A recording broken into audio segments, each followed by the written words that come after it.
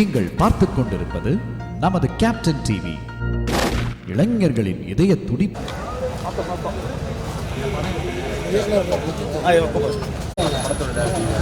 கொஞ்சம் பின்னாடி வாங்க, பின்னாடி அண்ணா, கொஞ்சம் பின்னாடி எப்படி சவுண்டு கொடுத்தீங்க சார்? இங்கே சார், இங்கே சார், பின்னாடி எடுக்கலாமா? அப்படியே பின்னாடி வாங்கப்பா சார். இங்கே சார், இங்கே சார், பின்னாடி எடுக்கலாமா? அப்படியே பின்னாடி வாங்கப்பா.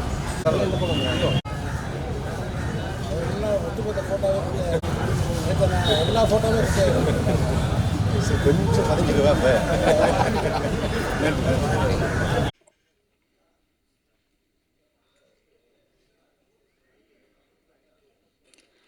அவங்களை தொடர்ந்து அடுத்தபடியாக நம்ம படத்தோட ப்ரொடியூசரோட அம்மா ஆறுமுகம் ஜெகதீஸ்வரி அவர்களை அன்போடு மேடைக்கு அழைக்கிறோம்.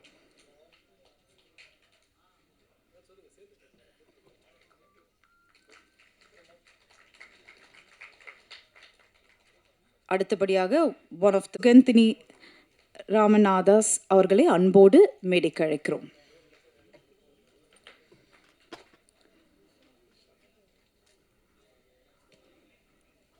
அடுத்தபடியாக நவ யுகா குக ராஜா அவர்களை அன்போடு மேடைக்கு அழைக்கிறோம்.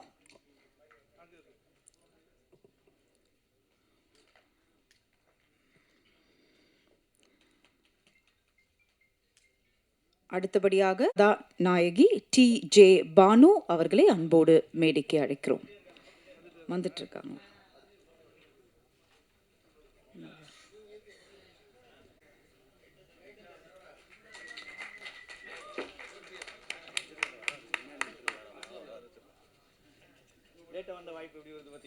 யாரோட பக்தர்.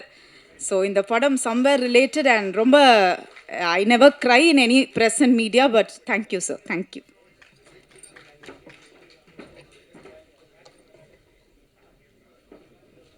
ரமணன் மற்றும் சுகந்தினி அவர்களை அன்போடு மேடைக்கு அழைக்கிறோம்.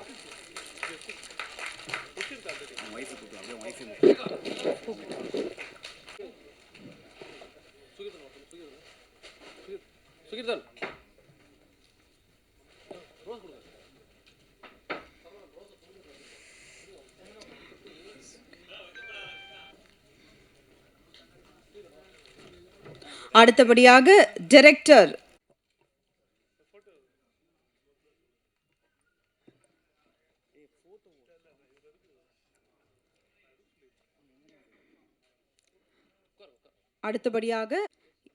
எல்லாமே ரெண்டா இருக்கு இந்த படத்துல. ஸோ அடுத்தபடியாக 2 கதை நாயகனாக நடிச்சிருக்காங்க. அதுல முதலாவதாக ஆக்டர் சுதர்ஷன் அவர்களை அன்போடு மேடைக்கு அழைக்கிறோம்.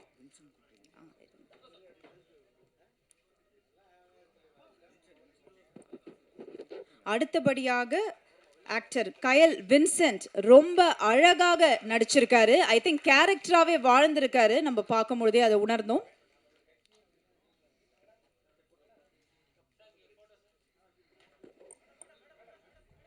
அடுத்தபடியாக எடிட்டர் சுரேஷ் A. பிரசாத் அவர்களை அன்போடு மேடைக்கு அழைக்கிறோம்.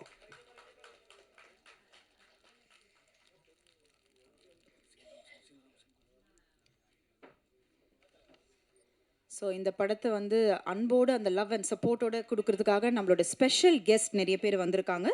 ஸோ முதலாவதாக I would like to call upon director Seenu Ramasamy அவர்களை அன்போடு மேடைக்கு அழைக்கிறோம்.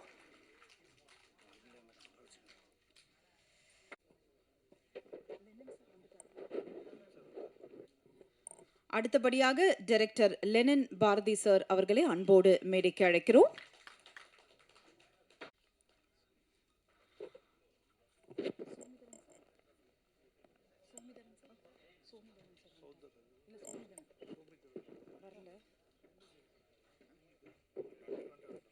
அடுத்தபடியாக டைரக்டர் சோமிதரன் சார் அவர்களை அன்போடு மேடைக்கு அழைக்கிறோம். Special guest. ஏன்னா இந்த படத்துக்கும் அவங்களுக்கும் நிறையவே சம்மந்தம் இருக்குது. அவங்களுக்கு இல்லைனாலும் கண்டிப்பாக I think every once favourite நம்மளோட பாலு மகேந்திரா சார். ஸோ அவரோட துணைவியார் அகி.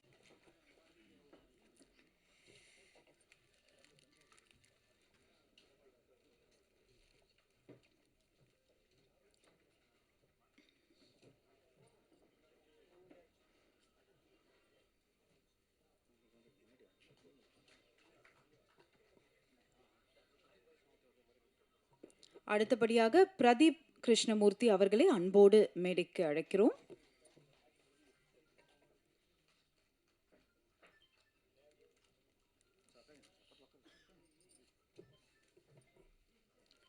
அப்படின்னு சொல்லிட்டு ஐ திங்க் ஒரு ரொம்ப வருஷமா இதுக்கான உழைப்பு நிறைய போட்டிருக்காரு. So welcome speech by Vicky.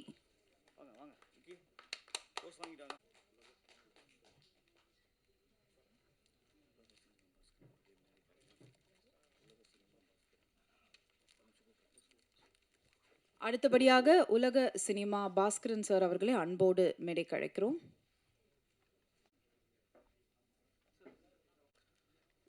காலதாமதமாக ஆரம்பித்த நிகழ்வுக்கு வருந்துகிறேன்.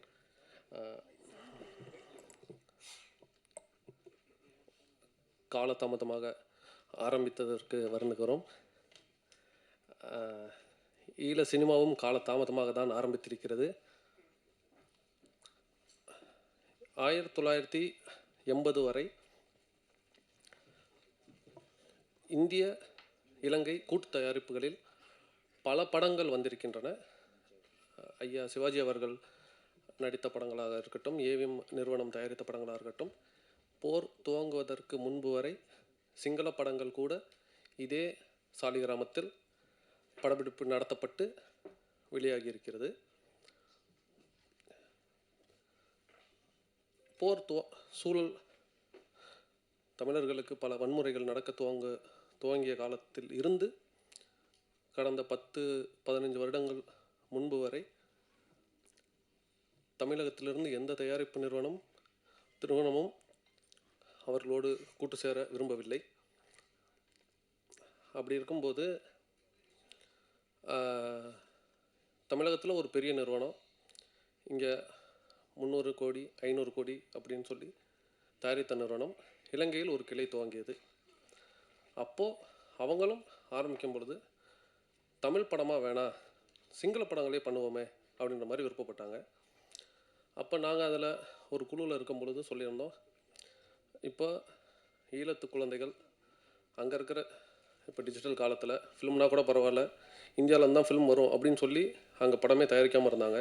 இப்போ டிஜிட்டல் வந்துருச்சு, இப்போயாவது நம்ம யாராவது அங்கே வந்து செய்யணுமே அப்படின்னு சொல்லி ரொம்ப இந்த ஏக்கம் ரொம்ப நாளாகவே இருந்துச்சு. அப்படி இருக்கும் பொழுது இந்த இயக்குநர்களை ஜனோசனம் சுகீர்தனம் ஒரு கதையை வைத்துக்கொண்டு பல பேர்கிட்ட அணுகிட்டே இருந்தாங்க, இது ஒரு படம் ஆக்கிட முடியாதா அப்படின்னு சொல்லி. அப்படி இருக்கும் பொழுது நாங்கள் ஒரு சின்ன படம் ஒர்க் பண்ணோம். எப்படியாவது இதை படம் ஆக்கிடணும் அப்படின்னு முயற்சி பண்ணி புலம்பெயர்ந்த தமிழர்கள் மத்தியில் பெரிய கோரிக்கை வைத்தார்கள். அவர்களெல்லாம் சேர்ந்து அதற்கு தலைமையாக ரமணன் அண்ணாவோட இந்த படத்தை தயாரிக்க ஒத்துக்கிட்டாங்க. சரி, ஈழ சினிமா இப்போ தமிழுக்கு ஒரு சிறப்பு உண்டு. மற்ற இந்தியாவில் இருக்கிற மற்ற மொழிகள் மாதிரி இல்லாமல் இப்போ பல மொழிகள் இந்தியாவில் மட்டும்தான் பேசப்படுது. ஆனால் தமிழ் வந்து இந்தியாவை தாண்டி சிங்கப்பூரில் ஒரு ஆட்சி மொழியாகவே இருக்குது, மலேசியாவில் இருக்குது, இலங்கையில் இருக்குது, தென்னாப்பிரிக்காவில் இருக்குது, இப்படி பல நாடுகளில் இருக்குது. இப்போ தமிழனும் அங்கே இருந்தாவே கலையும் அவர்கள் கூடவே பயணித்தும் இருக்கும். இப்படி இருக்கிற பட்சத்தில் அங்கே சினிமா இப்போ நம்ம இந்தியாவில் வந்து படம் எடுத்துகிட்டு சென்சாருக்கு அனுப்புகிறோம். மற்ற நாடுகளில் படம் எடுக்கிறதுக்கு முன்னாடியே ஸ்கிரிப்டை சென்சார் பண்ணிவிட்டு அப்புறம்தான் அவங்க ஒத்துக்கிட்ட காட்சிகள் மட்டும்தான் நம்ம படமே எடுக்க முடியும். அப்படி ஒரு காலகட்டம் தான் இருக்குது. அப்படி இருக்கிறதுல ஒரு போர் நினைவுகள் பற்றின படங்கள் எடுத்துகிட்டு இருந்தது போய் அடுத்த கட்ட மறுவாழ்வு கதைகள் எடுப்போம், ரம்மியமான கதைகள் எடுக்கணும் அப்படின்னு சொல்லி மக்களுக்கும் அந்த நினைவுகள் வழிகளை மறந்து மகிழ்ச்சியாகவும் இருக்கணும்ல. போகிறோன்னு நடந்துடுச்சு, அதையே நினச்சிக்கிட்டு ஒரு துக்க சம்பவம் நடந்ததுக்கப்புறம் அதையே நினச்சிக்கிட்டு எவ்வளோ வருஷம்தான் இருக்கிறது, வாழ்க்கை என்பதே அடுத்தடுத்த கட்டங்களுக்கு போகுதானே அப்படின்னு ஒரு ஆசையில் ஒரு வாழ்வியல் கதையாக இருக்கணும் அப்படின்னு சொல்லி இந்த படத்தை இயக்குநர்கள் விரும்பினாங்க. அது எங்களுக்கும் ரொம்ப சந்தோஷமாக பிடிச்சிருந்துச்சு. அதுக்கு பெரிய வரவேற்பும் உதவியும் தயாரித்தும் இருந்த ரமணன் அண்ணாவுக்கு என்னோட மகிழ்ச்சியை தெரிவிச்சுக்கிறேன். அப்புறம் பாலுமேந்திரா சார் இருந்த வரைக்கும் நாங்கள் அந்த சீனனெல்லாம் அவர்கிட்ட உதவியாளராக இருந்து வாழ்வியல் கதைகள் படுத்து நாங்களாம் ஒரு நாள் இப்படி எடுக்க மாட்டோமான்னு ஆசைப்பட்ட காலங்கள் உண்டு. அவரோட கனவும் எப்படியாவது வாழ்க்கையில் ஒரு வாட்டியாவது வந்து ஈழத்தில் ஒரு படம் எடுக்கணும்னு ஆசைப்பட்டார் கடைசி வரைக்கும். எங்கிட்ட சொல்லியிருக்காரு. அந்த கனவு அவர் ஆசைப்படியே நினைவானது எனக்கு ஒரு பெரிய சந்தோஷம். போரை தாண்டின ஒரு கதை, அதுவும் எனக்கு ரொம்ப சந்தோஷமான ஒரு விஷயம். அப்புறம் நடிகர்கள் எல்லாருமே இப்போ தயாரிப்பாளர் சுவிட்சர்லாண்ட்லேருந்து இருக்கிறாரு. அண்ணன் கைல் வின்சென்ட் அண்ணன் நார்வேலேருந்து வந்திருக்காரு. சுதர்சன் ஈழத்தில் ஒரு கதாநாயகராக உருவாகிட்டு இருக்காரு. அங்கே ஒரு தனி இண்டஸ்ட்ரி. அந்த நாட்டுக்கு படங்களை பார்க்கறதுக்கு நம்ம இவர் இயக்குனர், ஈழத்தின் மிக முக்கியமான ஆவணப்பட இயக்குனர் சோமிதரன் அவர்கள், அவரும் பல வருடங்களாக தமிழில் ஒரு அருமையான ஈழத்து படம் பண்ணணும்னு பண்ணி முடித்து ரிலீஸ் பண்ணுறதுக்கு தயாராக இருக்குது. அவர்கிட்ட உதவி இயக்குனராக இருந்து இந்த படத்தை முந்திக்கிட்டு ரிலீஸ் பண்ணுறாரு நம்ம ஜெனோசன் அவர்கள். அது எங்களுக்கு ரொம்ப சந்தோஷமான விஷயம். அந்த படத்தில் இருந்தால் எனக்கு ஈழ சினிமா என்ன ஆனால் பிளாங்காக இருந்துச்சு. எல்லா மாதிரி ஏதோ ஒரு பிரச்சனை நடக்குது பக்கத்து ஊரில்ன்ற மாதிரி தான் இருந்தோம். என்ன தான் பிரச்சனை, ஏதோ நடக்குதுன்னு. அப்புறம் இந்த கதைகளில் ஒர்க் பண்ணி அவங்க கதைகள் கேட்டு அவங்களோட நிஜ கதைகளை கேட்டதுக்கப்புறம் தான் என்னென்னலாம் நடந்திருக்கு அப்படின்னு சொல்லி நம்மளுக்கு புரிய வந்துச்சு. அதுக்கு வரவேற்பு கொடுத்து நிகழ்ச்சிக்கு வந்திருக்க அனைவருக்கும் என் நன்றியை தெரிவித்துக் கொள்கிறேன். மற்றவங்களாம் ஒவ்வொருத்தரும் படத்தை பற்றி பேசுவாங்க. நன்றி. எஸ், விக்கி சார் சொன்ன மாதிரி Jose films and producer. So இவங்களை பற்றி சொல்லணுன்னா வந்து சார் வந்து ஒரு ட்ராமா ஆர்டிஸ்டாக அங்கே இருந்து அதுக்கப்புறமா ஒரு சில படங்கள் பண்ணியிருக்காரு. பட் இந்த கதை சொல்லும் பொழுது அவருக்கு அதை சார்ந்த ஒரு கதையாக இருக்கும் பொழுது ஓகே ஒரு டிஃப்ரெண்ட் வெர்ஷன் ஆஃப் லவ் இருக்குது, சரி நம்ம பண்ணலாம் அப்படின்னு சொல்லிட்டு இந்த படத்தில் இறங்கி பண்ணியிருக்காங்க. ஸோ ப்ரொடியூசர் ரமணன் சார் மற்றும் சுகந்தினி 2 ப்ரொடியூசர் இருக்காங்க. But I think Ramanan sir தான் இங்கே பேச போகிறார் போல இருக்குது. கரெக்டுங்களா? ஸோ ஒரு சில வார்த்தைகள் சார் ப்ளீஸ்.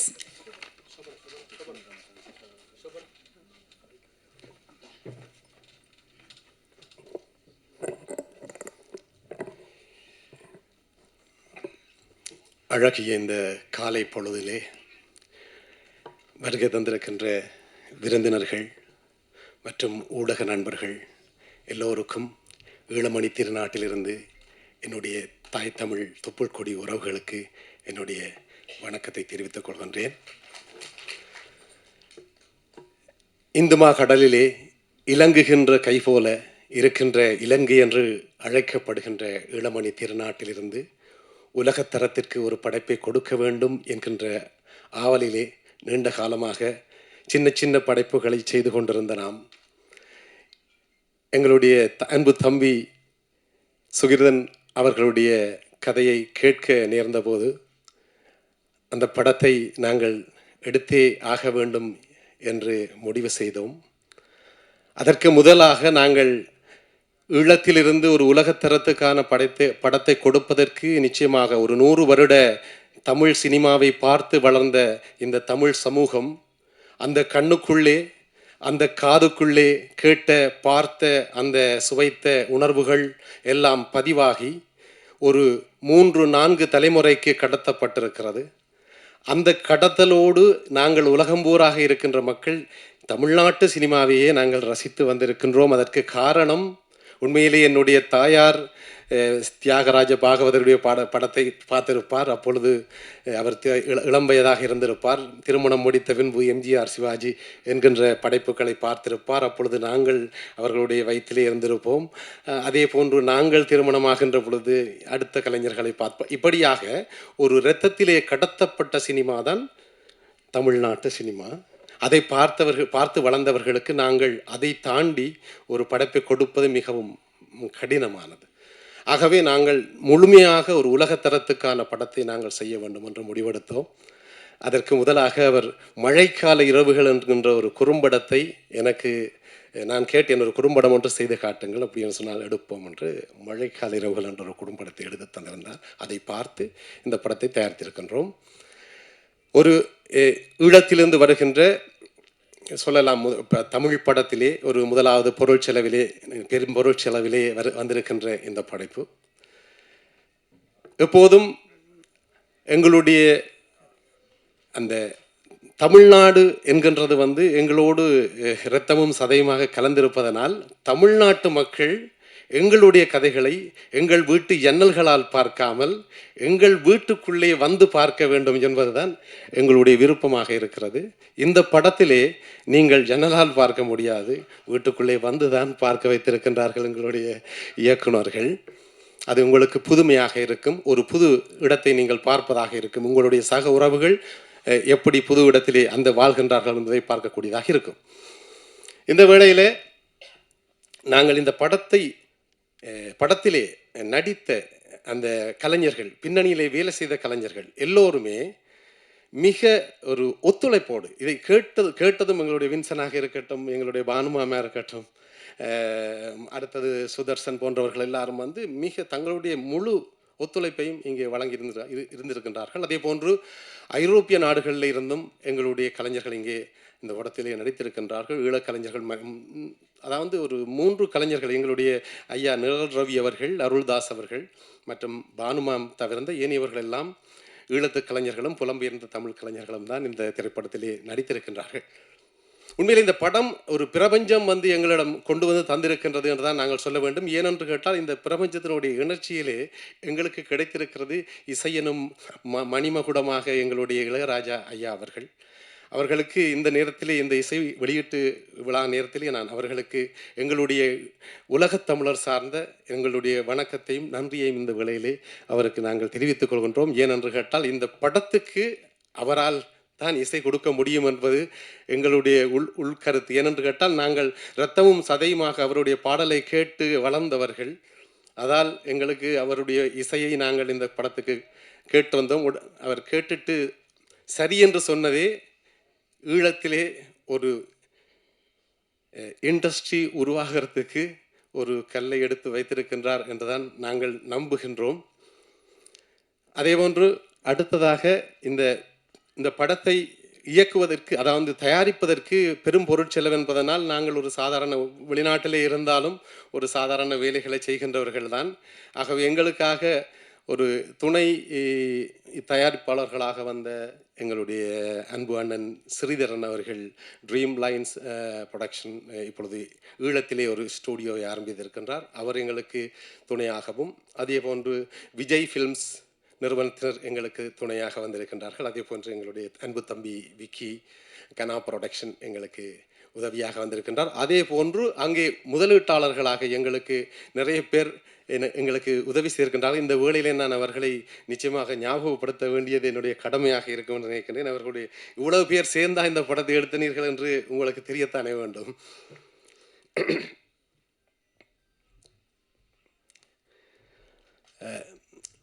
சுவிஸ் நாட்டிலே இம்போர்டாஸ் நிறுவனத்தை வைத்திருக்கின்ற அன்பு அண்ணன் ஸ்ரீதாஸ் அவர்களுக்கும், லண்டனிலே விஜய் ஃபில்ம்ஸை வைத்திருக்கின்ற அன்பு தம்பி விஜய் அவர்களுக்கும், அதே போன்று கனா ப்ரொடக்ஷன், அடுத்து சுவிஸிலே வாழ்ந்து வருகின்ற அன்பு நண்பர் பஞ்சன், சுதா பிரான்சிலே வாழ்ந்து வருகின்றார், குணபாலன் இந்த படத்திலே பிரான்சிலே இருந்து வந்து நடித்திருக்கின்றார், தயாநிதி குணபாலன் என்கின்ற மிக பெரும் நகைச்சுவை கலைஞர்கள் இருவர் பிரான்சிலே இருந்து நடித்திருக்கின்றார்கள்.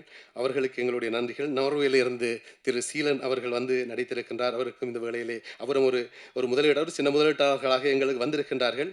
அடுத்து இலங்கையிலே வாழ்ந்து வருகின்ற அன்பு நண்பன், எனது பாடசாலை நண்பன் ரகுநாதன் மற்றும் கேதீஸ்வரன், அடுத்து குகன் அண்ணா அவர்கள், அன்பு அண்ணா அவர்கள், அடுத்து லைஃப் கன்சல்டிங் கிருஷ்ணா, திரு அண்ணா அவர்கள் மற்றும் அல்ப்ஸ் அரங்காடிகள் நண்பர் நாடக குழு நண்பர்கள், சாமி சன் அண்ணா அவர்கள், சிவகரன் அவர்கள் மற்றும் ஸ்ரீ யசோதா மதிராஜன் அவர்கள், ராஜமோகன் கண்ணன் அவர்கள், அன்றன் பொன்ராஜா அவர்கள் மற்றும் நிறைவு தயாரிப்புகளுக்கு எங்களுக்கு மிகவும் இறுதி கட்டத்திலே துணை நின்ற அன்பு தம்பி கஸ்தூரி பாலு, சந்துரு கிருஷ்ணவேணி மற்றும் வசந்தராஜ் ஆகியோருக்கு இந்த வேளையிலே என்னுடைய நன்றியை தெரிவித்துக் கொள்கின்றேன். இந்த படம் போன வருடம் 5ஆம் தேதி மார்ச் மாதம் பூசையோடு ஆரம்பிக்கப்பட்டு இன்று 3 மொழிகளிலே இந்த திரைப்படம் முழுமையாக முழுமை பெற்று ஒரு இசை வெளியீட்டு விழாவிற்கு வந்திருக்கின்றது. இது மிகவும் வேகமாக செயல்படுத்தப்பட்டிருக்கின்றது. ஆகவே அந்த குழுவினர்களுக்கு உண்மையிலே அன்பு தம்பி ஜனோஷன், சுகிர்தன், பின்னணியில் வேலை செய்த தம்பி பிரசாத், எங்களுக்கு எடிட்டர், எங்களுடைய சவுண்ட் மிக்ஸ் எல்லோருடைய பெயர்களையும் என்னால் குறிப்பிட முடியவில்லை. அவர்களுக்கும் துணையாக இருந்த என்னுடைய அன்பு மனைவி சுகந்தினி அவர்களுக்கும், என்னுடைய பிள்ளைகள் ஓவியன், ஆதியன், இனியன் அவர்களுக்கும் இந்த வேளையிலே நன்றி கூறிக்கொண்டு, இந்த திரைப்படத்தை இசை வெளியீட்டு விழாவுக்கு வந்திருக்கின்றீர்கள். நீங்கள் இதை எங்களுடைய மக்களுக்கு, எங்களுடைய தொப்புள் கொடி உறவுகளுக்கு கொண்டே சேர்ப்பீர்கள் என்ற நம்பிக்கையோடு அடுத்து திரையிலே உங்களை சந்திப்பதற்காக, திரையரங்கத்திலே சந்திப்பதற்காக காத்திருக்கிறேன் என்று கூறி உங்கள் அனைவருக்கும் நன்றி கூறி விடைபெறுகின்றேன். நன்றி. டைரக்டர் சீனு ராமசாமி அவர்களே ஒரு சில வார்த்தைகள் பேச அழைக்கிறோம்.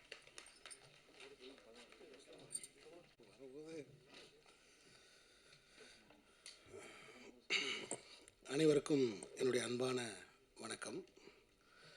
இதற்கு முன்பாக பேசும்பொழுது விக்கி அவர்கள் சொன்னார்கள், இந்த திரைப்படம் எல்லாவற்றையும் மறப்பதற்கு என்று குறிப்பிட்டார்கள். ஆனால் இந்த படத்தை பார்க்கும் பொழுது, இந்த ட்ரெய்லரை, இந்த பாடல்களை பார்க்கும் பொழுது எதையுமே மறக்க முடியாது என்கிற உணர்வுகள் தான் எனக்கு தோணுச்சு. ஜன்னலிலிருந்து நீங்கள் பார்க்க வேண்டாம், எங்கள் வீட்டுக்குள் வந்து பாருங்கள் என்று தயாரிப்பாளர் அவர்கள் சொன்னார்கள். உங்கள் வீட்டில் அல்ல, உங்கள் மடியில் படுத்து இந்த கதையை கேட்பது போல இருக்கிறது. இதை பார்க்கும் பொழுது என்னோடய கண்ணு அப்படியே ஒரு நிமிஷம் கலங்கிருச்சு. ஒரு ட்ரெய்லரை பார்த்து நான் கண் கலங்கியது இந்த அந்தோணி திரைப்படத்தை பார்த்தேன். நண்பர்களே, இந்த படத்தின் தயாரிப்பாளர் யார் எனக்கு தெரியாது. இசையமைப்பாளர் ஐயா இசைஞானி இளையராஜா அப்படின்னு மட்டும்தான் எனக்கு தெரியும். 2 இளைஞர்கள் என்னை தேடி வந்தாங்க. அதில் தம்பி ஜெனேஸ்வரன் என்னை பார்த்தான். தான் இலங்கையிலிருந்து, இலங்கை மண்ணில் ஒரு படம் எடுத்திருக்கிறதாகவும், அந்த படத்துடைய ஆடியோ வெளியீட்டுக்கு நீங்கள் வரணும் அப்படின்னு என்கிட்ட கேட்டுக்கிட்டான். நான் அந்த இளைஞனை ரொம்ப ஆச்சரியமாக பார்த்தேன். ரொம்ப கொஞ்சம் வயசுள்ள ஒரு இளைஞன். அங்கே ஒரு சினிமா எடுத்து அந்த படத்தை இங்கே இருக்கிற தியேட்டர்களில் விநியோகிக்கிறதுக்கு வந்திருக்கான் அப்படிங்கிறது எனக்கு தெரிஞ்சிச்சு. வேறு எந்த காரணமுமே கிடையாது. ஒரு அழிந்து போன ஒரு நாட்டிலிருந்து, அழிக்கப்பட்ட ஒரு நாட்டிலிருந்து 2 இளைஞர்கள், ஏன்னா போர் முடிஞ்ச சூழலில் இந்த 2 இயக்குனர்களும் எப்படி ஒரு 5 வயசு 6 வயசு இருக்கும்னு நினைக்கிறேன். ரொம்ப 5 வயசு 6 வயசு குழந்தைகளாக இருந்திருப்பாங்க. அந்த வயசுலேருந்து எழுந்து வந்து இப்படி ஒரு சினிமாவை எடுத்து அதை இங்கே கொண்டு வரணும்னு நினைக்கிறாங்க. ஸோ இலங்கையிலிருந்து வருகிறோம்னு சொன்ன ஒரே ஒரு காரணம்தான் நான் இந்த விழாவில் கலந்து கொள்வதற்கு காரணம்.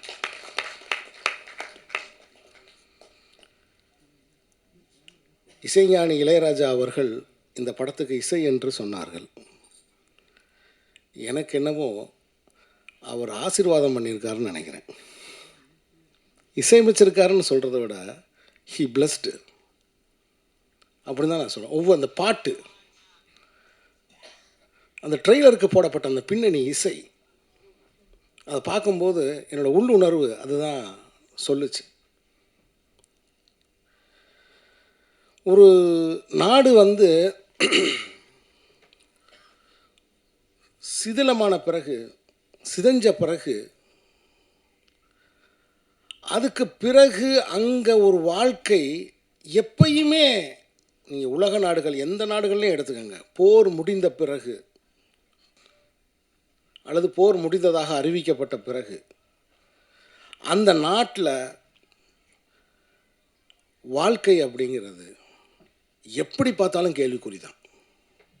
அங்கே ஒரு தனியனோட இருப்பு அப்படிங்கிறது கேள்விக்குறி தான்.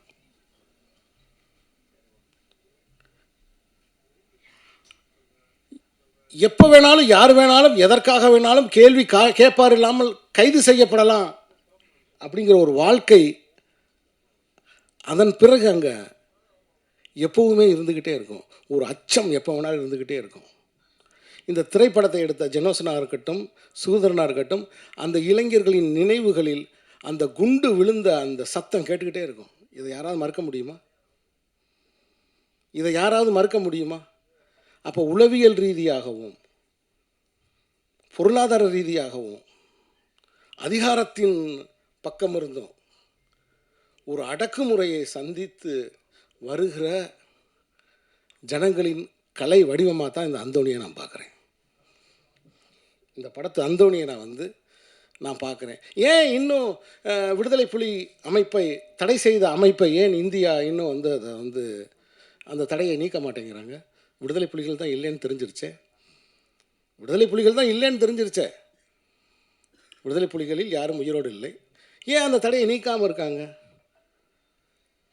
நான் இதுக்கு முன்னாடி சொன்னேன் இல்லையா, யாரை வேண்டுமானாலும் கைது செய்யலாம், அதுக்காகத்தான். அதனால தான் அந்த தடையை அவங்க இன்னும் நீக்காமல் இருக்காங்க. நான் யாரோடும் உடன்பட்டோ அல்லது முரண்பட்டோ இங்கே நான் பேசலை. என்னுடைய கருத்தை நான் சொல்கிறேன். சமீபத்தில் பத்திரிகைகளில் நான் பார்த்தேன், இன்னும் அந்த வழக்கு நடந்து கொண்டிருக்கிறது, இன்னும் அந்த தடையை நீக்கம் பண்ணலன்னு. அது காரணம் அதுதான். நண்பர்களை, முதலில் இந்த படத்தில் பணியாற்றிய அந்த ஒளிப்பதிவாளருக்கு என்னுடைய மனப்பூர்வமான வாழ்த்துக்கள். அந்த கடலையும் அந்த அலையையும் அந்த வாழ்க்கையையும் அப்படி கண் முன்னாடி கொண்டு வந்து தத்ரூபமாக அதை கொண்டு வந்து வச்சுருக்கார். அதே மாதிரி இந்த படத்தில் நடிச்சிருக்கிற என்னுடைய அருமை நண்பர் வின்சென்ட். இனிமேல் வின்சென்ட், உங்கள் பேர் அந்தோணி வின்சென்ட். நான் வின்சென்ட்டை நான் மன்னிப்பு கேட்டுக்கிறேன். நீ இவ்வளவு சிறந்த ஒரு நடிகன்னு எனக்கு தெரியாமல் போயிடுச்சு, என்னை மன்னிச்சிரு. ஏன்னா ஒரு 2-3 படம் நான் நடிக்கிறதுக்கு கூப்பிடுவேன். அப்போ ஒரு நார்வேயில் இருப்பார், ஸ்ரீலங்காவில் இருப்பார், சந்திக்க முடியாமல் போயிட்டு இருந்துச்சு. ஆனால் அவ்வளவு கண்ட்ரோல்டாக ஒரு முழு படம் பார்த்த ஒரு திருப்தி எனக்கு இந்த ட்ரெய்லரில் எனக்கு கிடைக்கிது. ஒரு ஆக்டர், ஒரு கம்ப்ளீட் ஆக்டர் தான் அந்த எமோஷன்ஸ் ஹோல்டு பண்ண முடியும். ஒரு சின்னதாக நிமிர்ந்து பார்க்கணுன்னா கூட அந்த எமோஷன்ஸ் அதில் கொண்டு வர்றாரு அதில். ஸோ எனக்கு நவயுக இலங்கை சினிமாவிலிருந்து ஒரு புதிய சக்தி ஒன்று உருவாகிருக்கிற மாதிரி தான் எனக்கு தோணுது இந்த படத்தை பார்க்கும்போது. இந்த ட்ரெய்லரை பார்க்கும்போது எனக்கு என்னுடைய ஆள் மனம் அதை தான். ஸோ அவ்வளோ நேர்த்தியாக இருக்குது, அவ்வளோ அழகாக இருக்குது. அதே மாதிரி இந்த படத்தில் நடித்த கதாநாயகியாக இருக்கட்டும், அந்த கதாபாத்திரத்தோட டிஜே பானு அவர்களுக்கும், ஏன்னா இது எல்லாமே அங்கேருந்து நான் அப்சர்வ் பண்ண விஷயங்கள் தான். இந்த ஸ்க்ரீனில் அவங்க எனக்கு காமிச்சதோட ரிஃப்ளெக்ஷன் தான் இது. ஸோ அப்படி இந்த அற்புதமான அந்தோணியில் ஒரு தோணி இருக்குது. அந்த தோணி கண்டிப்பாக கரையேறி வரும், அந்த நம்பிக்கை எனக்கு இருக்குது. இந்த ட்ரெய்லரை பார்த்த உடனே இந்த காவியத்தை எப்போ நம்ம பார்ப்போம் அப்படிங்கிற ஆர்வம் எனக்கு உண்டாயிருச்சு. கண்டிப்பாக இந்த ட்ரெய்லர் நீங்கள் பார்த்தீங்கன்னா உங்களுக்கு அந்த உணர்ச்சி உண்டாகும். ஆகவே ஒரு திரைப்படம் அப்படின்றது எதையும் மறக்கிறதுக்கு இல்லை. ஏன்னா இன்றைக்கி வாழ்க்கையே எல்லாமே எதனால் நிகழ்த்தப்படுகிறதுனா ஏதோ ஒன்றை மறைக்கிறதுக்கு, எதையோ ஒன்றை நம்ம பார்த்துக்கிட்டு இருக்கோம். எதையோ ஒன்றை ஏன்னா பேசினாலும் காசு, பார்த்தாலும் காசு, ஒரு தாகம் வந்துச்சு தண்ணி வாங்கி குடித்தாலும் காசு, பாத்ரூம் வந்துருச்சு போனாலும் காசு. மனித வாழ்க்கையில் எல்லாமே பணம் சம்மந்தப்பட்டுருச்சு. ஸோ அப்போ நீங்கள் பார்க்க வைக்கப்படுகிற உலகத்தில் இருக்கீங்க, நீங்கள் கேட்க வைக்கப்படுகிற ஒரு உலகத்தில் இருக்கீங்க. ஒட்டுமொத்த மனித வாழ்க்கையை அபிப்பிராயங்களை உருவாக்குவதும் அபிப்பிராயங்களை அழிக்கிறதையும் வேடிக்கை பார்க்கறதில் கொண்டு வந்து வச்சுட்டானுங்க. இதுதான் இன்னைக்கு இருக்கிற உலகம்.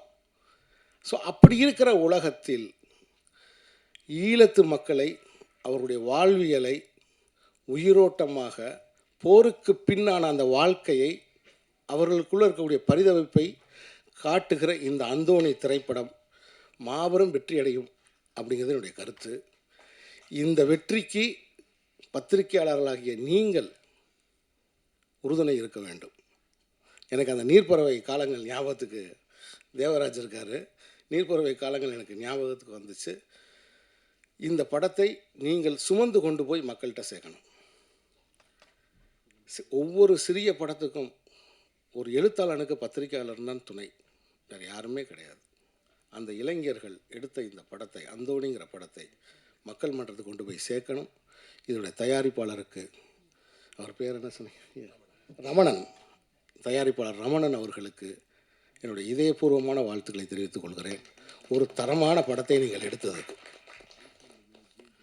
படத்தின் இசையமைப்பாளர்களுக்கு என்னுடைய இதயபூர்வமான வாழ்த்துக்கள். இப்படி ஒரு இசையை தந்ததுக்கு நன்றி, வணக்கம். Thank you sir, thank you, beautifully set. அடுத்தபடியாக சார் சொன்ன மாதிரி தான் ஒரு மன்னிக்கணும், எப்பயுமே எங்கள் அம்மாவை மறந்துட்டேன். அகிலா பாலுமகேந்திரன் அம்மா, நான் எதிர்பார்க்கவே இல்லை அம்மா இங்கே வருவா. நான் வீட்டுக்கு போய் பார்க்கணுன்னு நினச்சிட்டே இருந்தேன். ஏன்னா போன புத்தகம் நான் எழுதின அந்த தயைங்கிற புத்தகம் வந்து நான் அந்த அம்மா தயையில் நதி அழகி, நாதன் பதிப்பகம் வெளியிட்ட நதி அழகின்ற புத்தகத்தை அம்மாவுக்கு தான் நான் டெடிகேட் பண்ணியிருந்தேன், அகிலா பாலுமகேந்திரன் அம்மாவுக்கு. எப்படி சொல்கிறது, ஒரே வார்த்தையில் சொல்லணுன்னா, நான் மதுரையில் ஒரு அம்மாட்ட வளர்ந்துக்கிட்டு இருந்தேன். சென்னைக்கு வந்ததும் அந்த அம்மாட்ட வந்துட்டேன் நான்.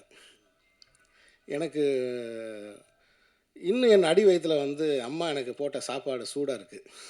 அகிலா பாலுமகேந்திரன் அம்மா எனக்கு போட்ட சாப்பாடு இன்னும் என் அடி வயிற்றில் சூடாக இருக்குது. அம்மா இந்த விழாவுக்கு, ஏன்னா அம்மா வந்து யாழ்ப்பாணம், மட்டக்களப்பு, அம்மா வந்து மட்டக்களப்பு.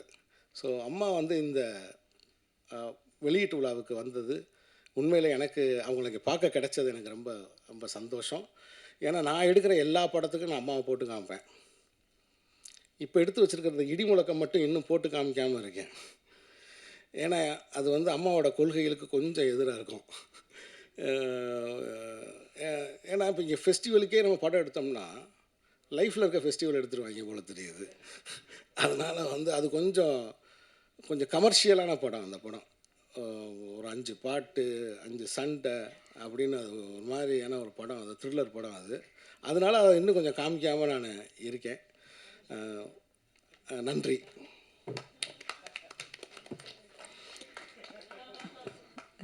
Thank you sir. அடுத்தபடியாக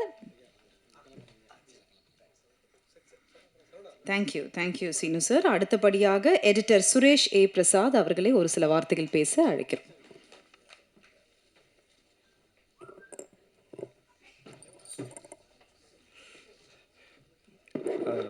எல்லாருக்கும் வணக்கம். சாரி, முதலாவதாக நண்பர் விக்கி அவர்களுக்கு நான் நன்றி தெரிவிச்சுக்கிறேன். ஏன்னா ஒரு சின்ன படம் அப்படி நீங்கள் பண்ணணும்னு சொல்லிட்டு கேட்டிருந்தாரு. அப்புறம் உள்ளே வந்த பிறகு தான் தெரியுது அது சின்ன படம் இல்லை பெரிய படம்னு சொல்லி என்னை ஏமாற்றிட்டாரு. விக்கி ப்ரோ எங்கே இருக்கீங்க? ஸோ நன்றி எல்லாருக்கும். Producer sir and Vincent sir, TJ Bhanu ma'am எல்லாரும் நல்லா பண்ணியிருக்காங்க. ரொம்ப நர்வஸாக இருக்குது. மற்றபடி ஜெனோசன் அண்ட் சுகிர்தன் ப்ரோ கண்டிப்பாக ஈழ சினிமாவில், அதாவது இலங்கையில் ஒரு பெரிய டைரக்டர்ஸாக வருவாங்கன்னு ஒரு பெரிய நம்பிக்கை இருக்குது. நல்லா பண்ணி இல்லை ஆல்ரெடி பண்ணிட்டீங்க. நான் சொன்னது எனக்கா?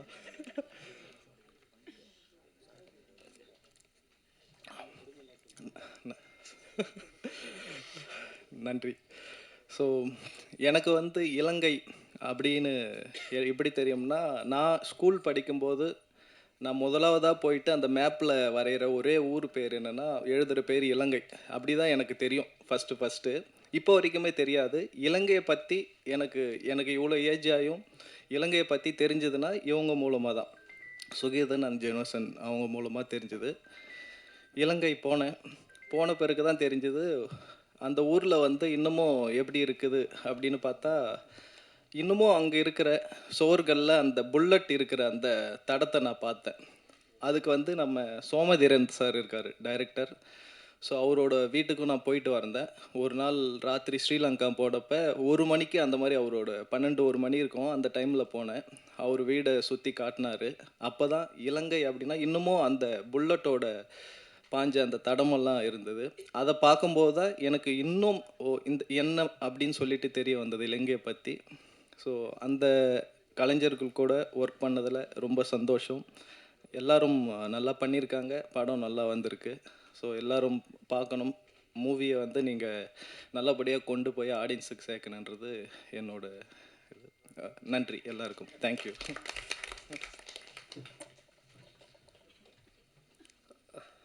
சுரேஷ் உட்காருங்க.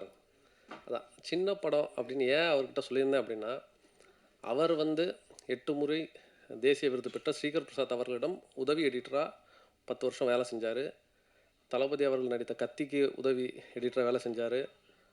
ராஜமௌலி அவர்களோட RRR படத்தோட உதவி எடிட்டராக வேலை செஞ்சார். அப்புறம் மணிரத்னம் அவர்களோட பொன்னியின் செல்வனில் உதவி எடிட்டராக வேலை செஞ்சார். இப்படி எல்லா படமே 100, 200, 300, 400 கோடிகள் வேலை செஞ்சுட்டு இருக்கும் பொழுது சின்ன படம்னு சொன்னது பொருளாதாரத்தான் சின்ன படம், கதையின் ஆழமாக ஒரு பெரிய படம் தெரிஞ்சுக்கிறேன். நன்றி. எடிட்டராக வேலை செய்து சித்தா படத்தில் எடிட்டராக ஒர்க் பண்ணி இந்த படத்துலையும் ரொம்ப அழகான ஒர்க் பண்ணியிருக்காரு அவர். Thank you sir, thank you so much. And ஒரு சில காரணமாக சீனு ராமசாமி சார் கிளம்பணும். அதனால் ஃபஸ்ட்டு நம்ம இசை மற்றும் அந்த ட்ரெய்லர் ஆடியோ லான்ச்சை நம்ம முடிச்சிடலாம். ஸோ நமக்காக வந்திருக்க சீனு ராமசாமி சார் எங்களுக்காக அந்த ஆடியோவை மேம் அவர்கள் அதை பெற்றுக்கொள்வார்கள்.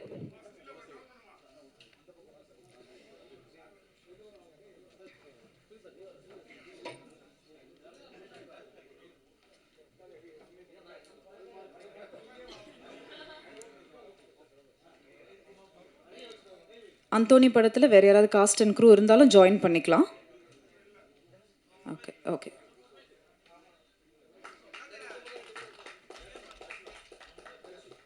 சார், அந்த சைடு 2 பேர் நிற்க சொல்கிறாங்க.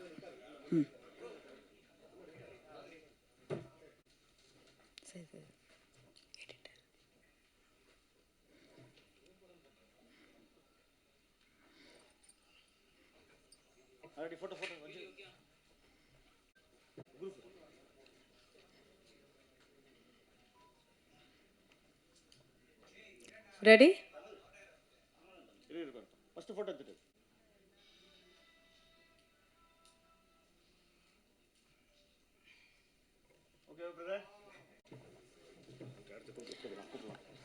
ஓகே, அடுத்தபடியாக டைரக்டர் சோமிதரன் சார் அவர்களை ஒரு சில வார்த்தைகள் பேச அழைக்கிறோம்.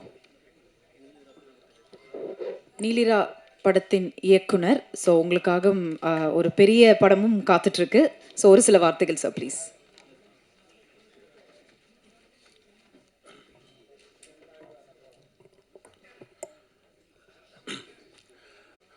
இந்த காலை பொழுதில் வணக்கம். உண்மையிலேயே இது வந்து ஒரு தருணமாக நான் உணர்றேன். சீனு ராமசாமி சார் சொன்ன மாதிரி அந்த நாங்கள் இதுவரைக்கும் தமிழ் சினிமாவில் அந்த கடலினுடைய இந்த கரையை பலமுறை பார்த்துட்டோம். இந்த படத்தில் வந்து அந்த கடலினுடைய அந்த கரையை நாங்கள் பார்க்குறதுக்கான ஒரு வாய்ப்பு கிடைச்சிருக்கு. இந்த கரையில் இருக்கிறவர்களுக்கு அந்த கரை வந்து வெறும் செய்திகளாக கதைகளாக மட்டுமே தெரிஞ்சு கொண்டிருந்த ஒரு காலம் மாறி இந்த கரையிலிருந்து பார்க்கிறவர்களுக்கு அந்த கரை காட்சிகளாக தெரியக்கூடிய ஒரு காலம் உருவாகி இருக்கிறது என்கிற ஒரு புதிய நம்பிக்கையை வந்து இந்த படம் வந்து கொடுத்துருக்கிறது. நிறைய பேர் இப்போ நான் வந்து முதல் சென்னை வந்து லோயலாவில் விஷுவல் கம்யூனிகேஷன் படிக்கும்போது என்னுடைய படித்த எல்லாருமே வந்து ஓப்பன் பண்ணால் அந்த மாதிரி ஒரு மூட்லேயே தான் இருப்பாங்க. அவங்கள்ட்ட எவ்வளவு தூரம் வந்து ஈழத்தோட கதைகளை சொல்லி பார்த்தாலும் அவங்களுக்கு புரிய வைக்கவே முடியாது.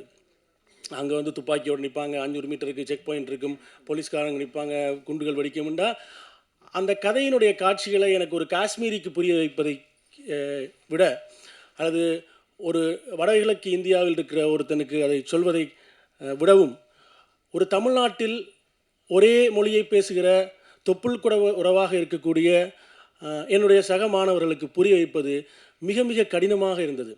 அதுக்கு முக்கியமான காரணம், எங்களுக்கு மதுரையில் உள்ள ஒரு பரோட்டா கடையில் பரோட்டா போடுறது தெரியுது ஈழத்தில் இருக்கிறவங்களுக்கு, ஒரு கோயம்புத்தூரில் இருக்கக்கூடிய ஒரு வீடு தெரியுது, அங்கே இருக்கிற மொழி தெரியுது, அங்கே ஒரு ஆட்சி சொல்கிற பழமொழி தெரியுது.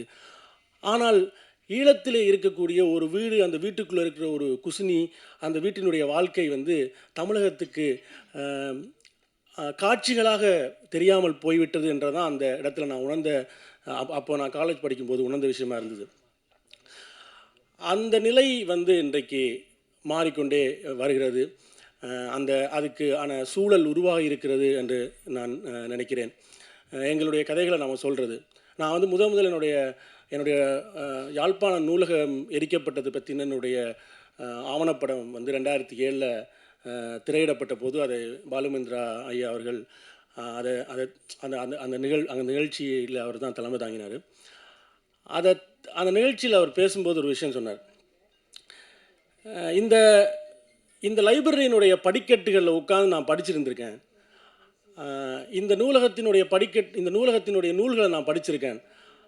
ஆனால் இந்த நூலகம் எரிக்கப்பட்ட போது நான் 3ஆம் முறை படம் எடுத்துகிட்டு இருந்தேன். அதுக்கு பிறகு வந்து ஆக்ஷன் கட்னு சொல்லிட்டு பார்க்க எனக்கு 65 வருஷம் ஆயிடுச்சு. நான் வந்து ஈழத்தை பற்றி ஒரு படத்தை கூட நான் எடுக்கவே இல்லைன்ற இதை வந்து நான் அப்போ உணர்றேன் அப்படின்னு என்னை கையை பிடிச்சி அவர் வந்து அழுதுகிட்டே அதை சொல்லிட்டு இருந்தார். அப்போ பிறந்த ஒரு குழந்தை வந்து ஒரு படத்தை எடுத்து எனக்கு காட்டுது அப்படின்னு சொன்னார். உண்மையில் இன்றைக்கி அம்மா அவர்கள் வந்தது வந்து ஒரு உணவுபூர்வமான ஒரு நிலைக்கு என்னை இட்டு சென்றுச்சு.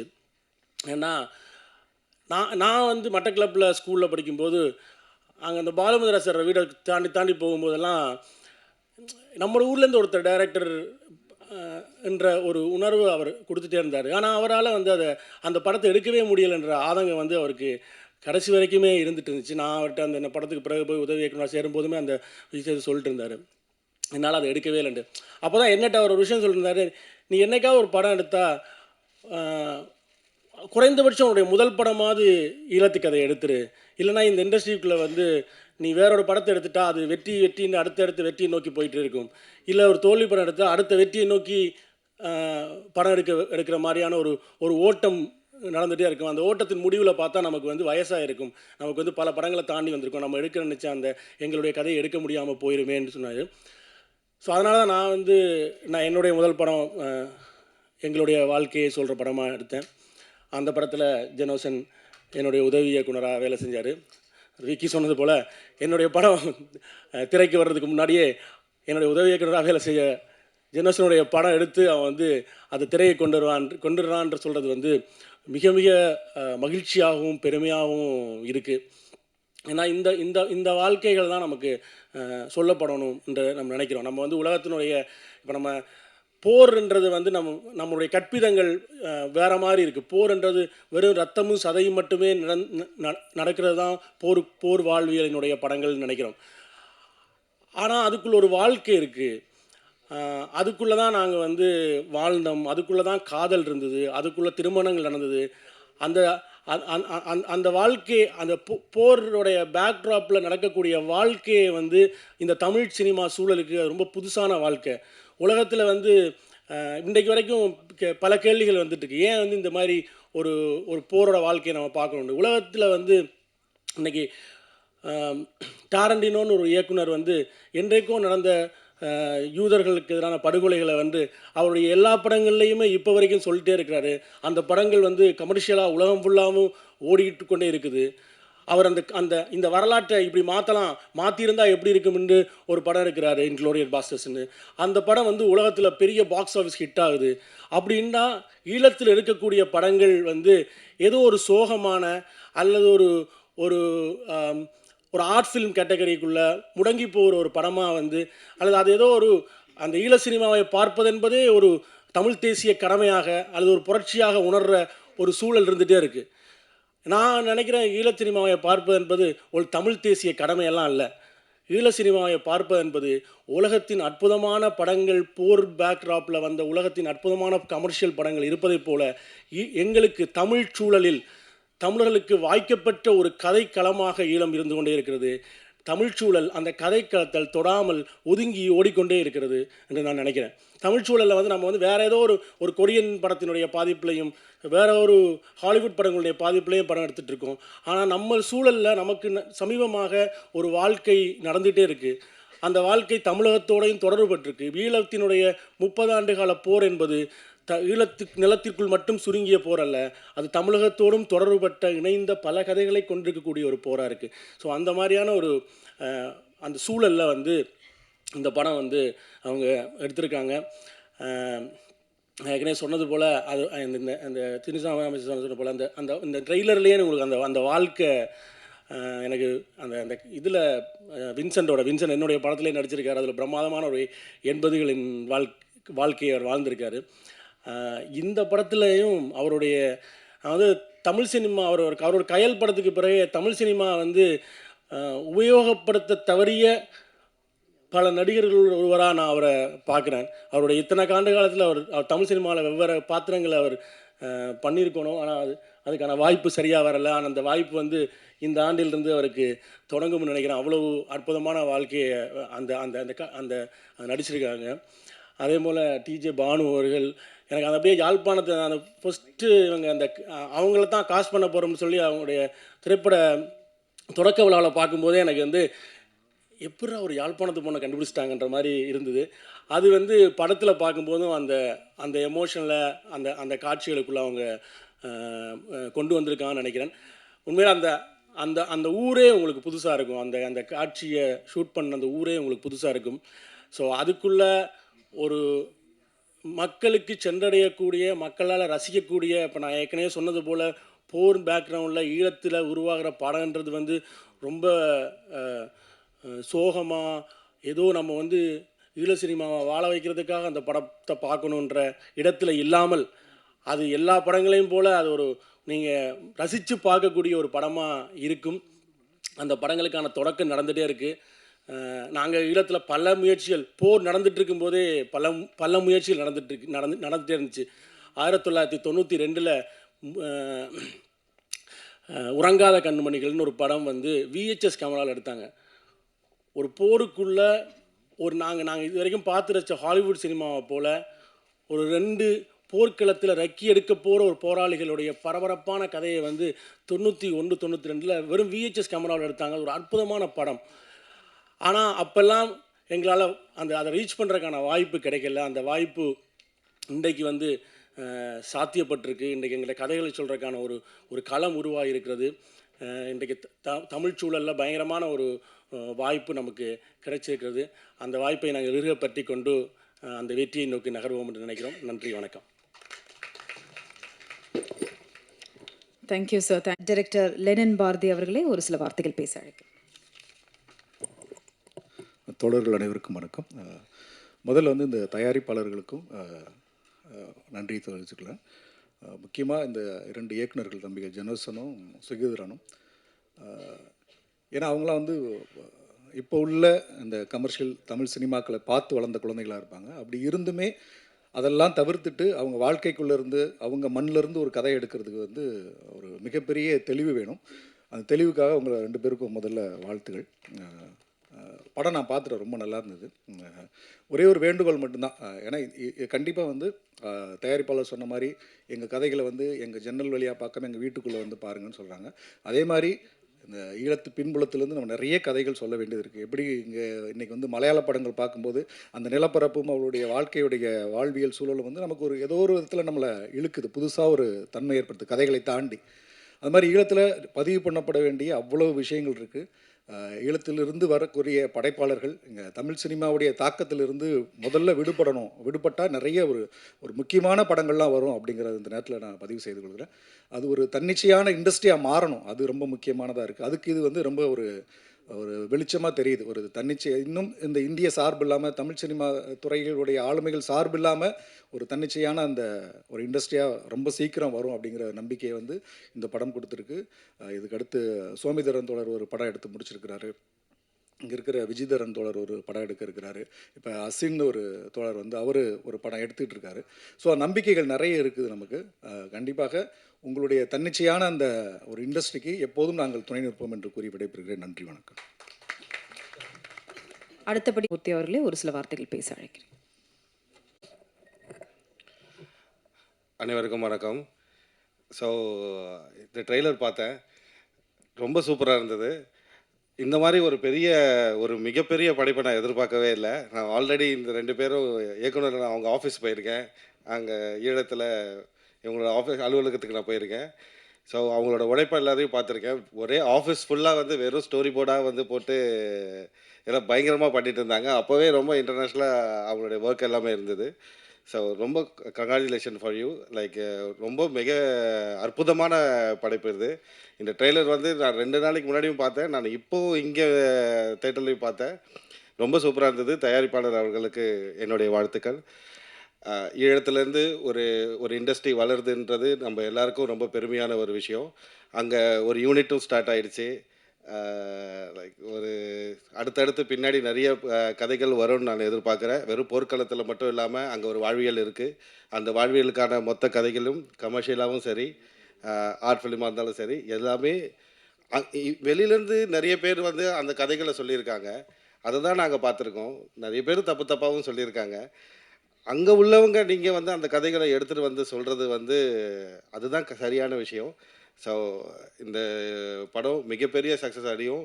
உலகம் ஃபுல்லாக இந்த படம் வெற்றி அடையும். என்னுடைய மனமார்ந்த வாழ்த்துக்கள். Good luck for you. Thank you.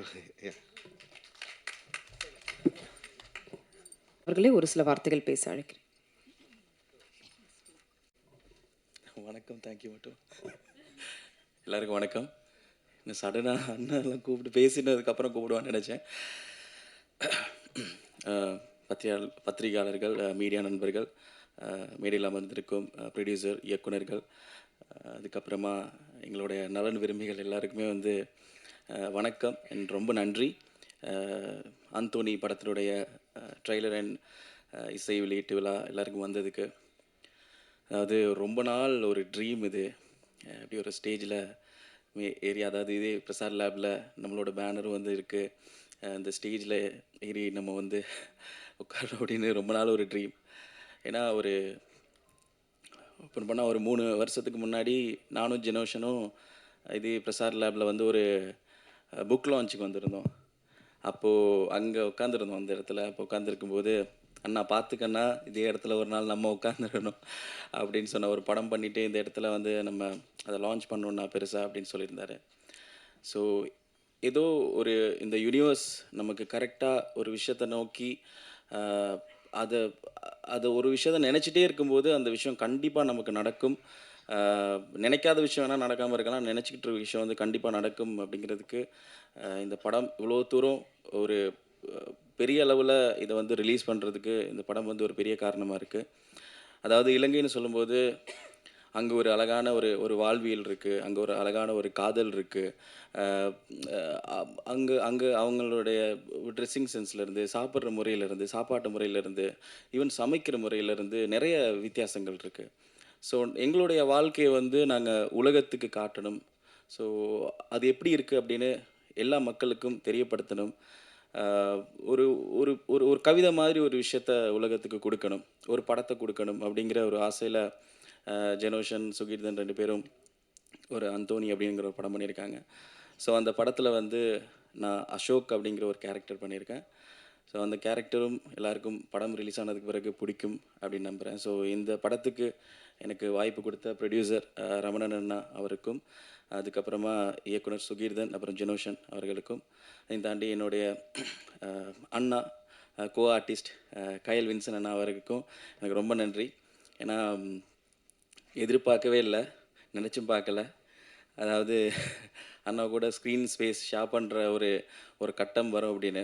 ஏன்னா நிறைய ஹெல்ப் பண்ணியிருக்காரு. இங்கே ஸ்ரீலங்காவிலேருந்து இங்கே சினிமா வாய்ப்பு தேடி நிறைய பேர் கஷ்டப்பட்டுட்டு இருக்காங்க இங்கே.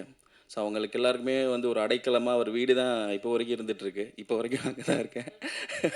ஸோ அதனால் அப்படி எல்லாருக்குமே கொடுக்குற அந்த ஒரு நல்ல மனசுனால கண்டிப்பாக அடுத்தடுத்து ஒரு நல்ல விஷயங்கள் நடந்துகிட்ருக்கு, நடக்கும். ஆனால் பயங்கர கோவக்காரர். ஒரு நாளுமே நினைக்கல அண்ணா கூட சேர்ந்து நடிவேன்னு. வந்தால் கூட அந்த வாய்ப்பு அடியே வேணாண்டா, விட்டுறா, ஓடிடுறா அப்படிங்கிற மாதிரி இருக்கும். ஏன்னா பயங்கரமாக சரியான விஷயத்துக்கு ஒரு ஒரு ஒரு ஒரு கோவம், அவர் ஆள் பார்க்குறதுக்கே ஒரு மாதிரி கொஞ்சம் டெரராக தான் இருப்பார். ஆனால் இந்த படத்தில் பார்த்தீங்கன்னா ரொம்ப ரொம்ப இன்னசென்ட்டாக இருப்பாங்க. ஸோ அதே மாதிரி டிஜே பானு மேம், ஸோ அவங்களோட எனக்கு ஸ்க்ரீன் ஸ்பேஸ் கிடையாது. பட் இருந்தாலும் அவங்க இந்த ப்ராஜெக்ட்டுக்கு வந்தது ஒரு ஒரு ஒரு பெரிய ஒரு விஷயம். அதே மாதிரி ஒரு நாள் தொடங்குனதுலேருந்து நாங்கள் முடிகிற வரைக்கும் என்னைக்காவது ஒரு நாள், ஐ மீன் எப்போவுமே ஏதாவது ஒரு கட்டத்தில் நம்ம வந்து ராஜா சாரோடைய மியூசிக்கை கடந்து தான் நாங்கள் வர வேண்டிய ஒரு தேவை இருக்குது. ஸோ இந்த படத்துக்கு ஞானி இளையராஜா சார் மியூசிக் பண்ணியிருக்காரு. ஸோ அது ஒரு பெரிய ஒரு வரமாக இருக்குது. ஏன்னா ஒரு பெரிய ஒரு ஃபேன் ராஜா சாரோட. ஸோ அவரை மீட் பண்ணி அவருடைய ஆசீர்வாதம் வாங்கிட்டு இந்த படத்தை நாங்கள் வெளியிடுறோம். தமிழ் சினிமாவுக்கு என்னோட ஃபேஸும் வந்து புதுசாக இருக்கும். இந்த படம் ரிலீஸ் ஆனதுக்கப்புறம் அடுத்தடுத்து நிறைய விஷயங்கள் வாய்ப்புகள் கிடைக்கும், ஏதாவது பண்ணுவேன் அப்படிங்கிற நான் நம்புகிறேன். ஸோ நல்ல படங்களை நல்ல ஒரு விஷயத்தை வந்து நம்ம பத்திரிகையாளர்கள், மீடியா நண்பர்கள் எல்லாமே மக்கள்கிட்ட ரொம்ப அழகாக கொண்டு போய் சேர்க்குறீங்க. அதே மாதிரி அந்தோனி திரைப்படத்தையும் கொண்டு போய் சேர்ப்பீங்க அப்படின்னு நம்புகிறேன். ரொம்ப நன்றி. சுகீர்தன் கிறிஸ்துராஜா மற்றும் ஜெனோசன் ராஜேஸ்வர் இருவரையும் பேச அழைக்கிறோம். இங்கே தனித்தனியாக பேசுறீங்க சார்.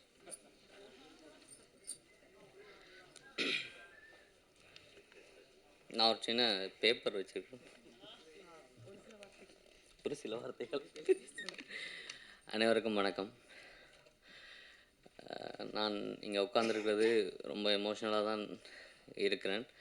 ஒரு உதவி இயக்குனராக தென்னிந்தியாவை தேடி வந்த நான் அந்த ஞாபகங்களை நான் இங்கே மீட்டி பார்க்குறேன். ஒரு டிக்கெட் காசுலேருந்து இங்கே வந்து ஒவ்வொரு வேலைக்காகவும் வளமையான சினிமாக்காரர்கள் படுற அதே கஷ்டங்களை அனுபவித்த அந்த நாட்கள். ஏன்னா இந்த பிரசாத் லேபில் வந்து எத்தனையோ ஆடியோ லான்ச் அந்த பின்னுக்கு நின்று நான் பார்த்துருக்கேன், நானும் சுகிர்தனும். அதால் இந்த மேடையில் இருக்கிறது ரொம்ப உணர்வு பூர்வமான ஒரு விஷயம். அடுத்தது ஷோபனா மேம் சொன்ன மாதிரி இந்த அந்தோனியார், அவங்க அதை ஏன் இன்றைக்கி சொன்னாங்கன்றது எனக்கு தெரியாது. அந்தோனியார் வந்து இந்த படத்தின் ஆரம்பத்திலிருந்து இப்போ வரைக்கும் இருந்து கொண்டிருக்கிறார். தயாரிப்பாளர் எப்படி முதலீடு பண்ணி இந்த படத்தில் எங்களுக்கு ஃபிசிக்கலாக சப்போர்ட் பண்ணிகிட்ருக்கிறாரோ, அந்த மாதிரி இந்த பிரபஞ்சம் எங்களுக்கு இந்த படத்துக்கு நிறைய விஷயங்களை தந்து கொண்டே இருக்குது. அது எல்லாமே ஒரு கனவுகள். எப்படி அதெல்லாம் நடந்து கொண்டிருக்குன்றது எனக்கு தெரியாது. அதில் முதன்மையான விஷயம், இந்த படம் வந்து எடுத்தது ஒரு உதவி இயக்குனர்களாக நாங்கள் 2 பேரும் பயணித்து கொண்டிருந்தோம். அதுக்கு பிறகு மழைக்கால இரவுகள் என்று சுகிர்தன் ஒரு படத்தை எடுத்து அந்த படம் ஒரு சில விருதுகளை வென்று அது தயாரிப்பாளர் பிடிச்சு போய் அந்த படத்தை இந்த அந்தோனி படத்தை நாங்கள் தொடங்கினாங்கள். இந்த படத்துக்குள்ளே வின்சென்ட் அண்ணாவாக இருக்கட்டும், டிஜே பானு மேமாக இருக்கட்டும், அதை விட ஒரு அண்ணாமார் குரூப் ஒன்று இருக்குது. சிரீஷ் கந்தராஜா அண்ணா, விஜய் அண்ணா, மற்றது வந்து எங்களோட பார்த்தி அண்ணா, இந்த மாதிரி சில அண்ணாமார் வந்து தங்களை அறியாமலேயே நிறைய உதவிகளை வந்து எங்களுக்கு செய்து கொண்டிருக்கணும். இந்த படம் ஷூட் பண்ண கேமராலாம் வந்து நாங்கள் சொந்தமாக இந்தியாவிலேருந்து வாங்கி கொண்டு போய் ஷூட் பண்ண அலெக்ஸா கேமரா. அப்போ சின்ன சின்ன கேமராக்களில் பண்ணக்கூடாது, ஒரு ஃபிலிம் கேமராவில் தான் யாழ்ப்பாணத்தில் படம் எடுக்கணுமெண்டு இங்கே ஃபிலிம் ஷூட்டிங்ஸ் எல்லாம் பார்த்துட்டு அந்த மாதிரி ஒரு நோக்கத்துக்காக சுற்றிட்டு இருந்தவங்களுக்கு நாங்கள் நினச்சது தான் நாங்கள் நடத்தி நாங்கள் யாழ்ப்பாணத்தில். அப்போ ஏதாவது ஒரு சினிமாவில் கொஞ்சமாவது கற்றுக்கிட்டு ஏதாவது ஒரு நல்ல ஒரு ஃபிலிம் மேக் பண்ணணும் என்ற ஒரு ஆர்வத்தை இன்றைக்கு நினைவாக்கி இந்த திரைப்படத்தின் இசை வெளியீடு, ட்ரெய்லர் வெளியீட்டு விழாக்கு வரைக்கும் கொண்டு வந்து சேர்த்துருக்கிறோம். அதே மாதிரி இந்த படத்தில் நிறைய பேர்கிட்ட நான் நிறைய கஷ்டப்படுத்தியிருக்கேன். நிறைய சப்போர்ட் பண்ண சொல்லி, நிறைய ஹெல்ப் பண்ண சொல்லி, நிறைய பேர் எதுவுமே என்னட்ட கம்ப்ளைண்டாக கொண்டு வராமல் இந்த படத்தை ஒர்க் பண்ணி தந்திருக்கிறீங்க. அதே மாதிரி ஐரோப்பிய கலைஞர்கள் நிறைய பேர் இந்த படத்தில் நடிச்சிருக்கிறீங்க. இந்த படத்தில் முதலீட்டாளர்களாக இருக்கணும், அவர்களுக்கும் என்னுடைய நன்றி. வளமையான ஒரு சினிமா இல்லாமல் யாழ்ப்பாணத்திலிருந்து முதல் ஒரு நல்ல சினிமாவை, ஒரு நல்ல ஒரு படத்தை மக்களுக்கு கொண்டு போய் சேர்க்கணும் என்ற எண்ணத்தில் தான் அந்தோனி படம் எடுத்திருக்கிறோம். ஒரு கடலோர காதல் காவியம் என்ற ஒரு விஷயந்தான் இதுக்குள்ளே இருக்குது. எல்லா பல்வகை சமூகத்தினரும் இந்த படத்தை பார்க்கணும். ஒரு ஃபீல் குட்டான படம். தியேட்டரில் பார்த்து எல்லாருமே சப்போர்ட் பண்ணணும். இங்கே உள்ள மீடியா நண்பர்கள் அவர்கள்லாம் இந்த தமிழ்நாட்டில் முதன்மையானவர்கள். ஒரு விஷயத்தையும் கொண்டு போய் சேர்க்கிறதுக்கு மக்கள்கிட்ட நீங்கள் எங்களுடைய இந்த திரைப்படத்தை தமிழ்நாட்டிலேயும் உலகம் முழுக்கவும் இருக்கிற மக்கள்கிட்ட கொண்டு போய் சேர்க்கணும், இதை வெற்றியடை செய்யணும் என்று கேட்டுக்கொள்கிறேன். நன்றி.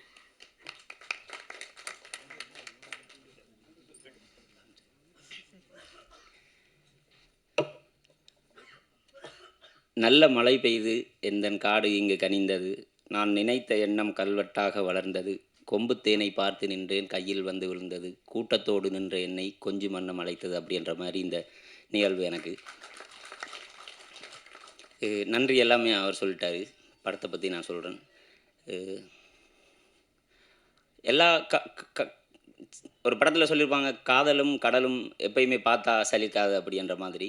எங்கள் ஊரில் இருக்கிற காதலும் கடலையும் நான் உங்களுக்கு காட்ட போகிறேன். இந்த படம் கண்டிப்பாக பாருங்கள். இந்த படம் எப்படி ஒரு அனுபவமாக இருக்குமாண்டா,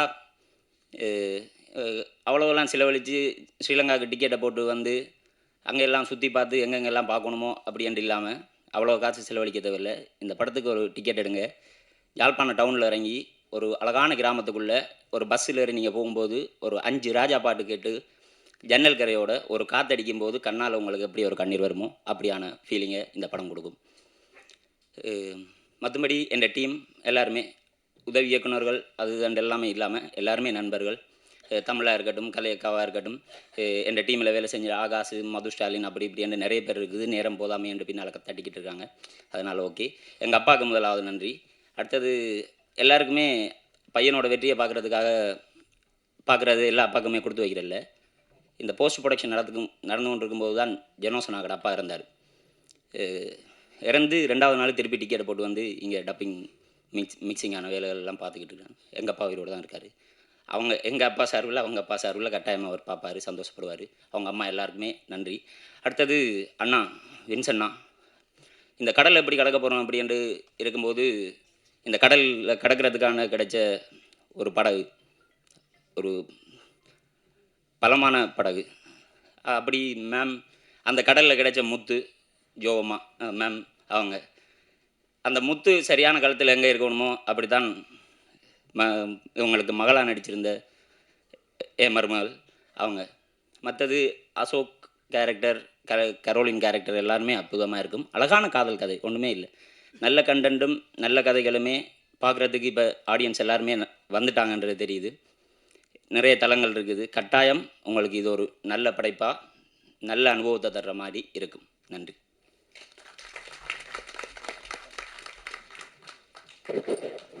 அடுத்தபடியாக கதையின் பானு அவர்களே ஒரு சில வார்த்தைகள் பேச அழைக்கிறேன்.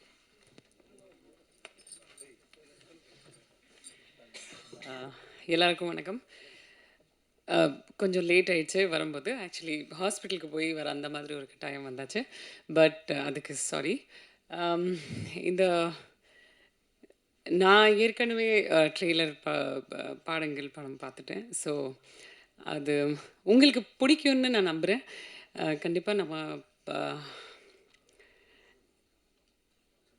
எவ்வளோ கேமரா முன்னாடி நடித்தாலும் இந்த மேடையில் பேசுகிறது ரொம்பவே கஷ்டம் உண்மையாகவே. ஆனால் மேடையில் இருக்கிற நிறைய ஆள் வந்து எனக்கு பிடிச்சி போச்ச ஆள். ஸோ அவங்கள எல்லாருக்கும் இங்கே வந்ததுக்கு நன்றி. லெனின் பாரதி அவர்கள், சீனு அவர்கள், நீங்கள் எல்லோரும். நீங்கள் இந்த ட்ரெய்லர் லான்ச்சுக்கு இப்போ வந்தீங்க. பட் நாங்கள் அனௌன்ஸ் பண்ணும்போது அவர் ஸ்ரீலங்காவிலே இருந்தார். ஸோ அப்போ கூட ரொம்பவே நீங்கள் ஹெல்ப் பண்ணுறீங்க. ஸோ அதுக்கு ரொம்ப நன்றி. இந்த படத்தை பண்ணும்போது வந்து நாங்கள் எல்லாரும் இப்போது ட்ரெய்லரில் இருக்கோம், சினிமாவில் இருக்கோம். எங்களுக்கு எல்லாருக்கும் ஒரு ஸ்க்ரீன் ஸ்பேஸ் இருக்குது. பட் அந்த ஊர் மக்கள், அங்கே இருக்கிற ஃபிஷர்மேன், அவங்களெல்லாம் வந்து ஒரு இது ஸ்ரீலங்காவோட ராஜா ஹரிஷ்சந்திர மாதிரி ஃபீல் பண்ணாங்க. அவங்க வந்து அந்த ஊர் மக்கள் வந்து எல்லாருக்கும் ஹெல்ப் பண்ணி, குட்டி குட்டி பசங்கள் வந்து கூப்பிடுறதுக்கு ஒரு ஈடி இல்லாத அந்த குட்டி பசங்க வந்து இப்போது ஒரு சின்ன ஈடி, அந்த மாதிரி நிறைய மக்கள் வந்து அப்படியே ஹெல்ப் பண்ணாங்க. சாப்பாடு கொடுக்குறதுக்கு, பாத்ரூம் கொடுக்குறதுக்கு, நிறைய திங்ஸ் பண்ணுறதுக்கு. ஸோ இது வந்து அவங்களோட ஒரு ராஜா ஹரிஷ்சந்திர மாதிரி ஃபீல் பண்ணி இந்த படத்தை வந்து பாருங்கள், தியேட்டருக்கு வாங்க. அது மட்டும் தான் சொல்ல முடியும். போதும். நன்றி. Oh, I think everybody did a great performance. What else I can say? Thank you.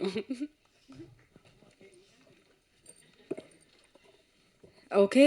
Tamil சினிமாவின் தடத்தையே மாற்றியவர் தான் பாலு மகேந்திரா சார். ஸோ நமக்காக இன்னைக்கு அகிலா அம்மா வந்திருக்கா. மைக் கொடுத்துருங்க அங்கே.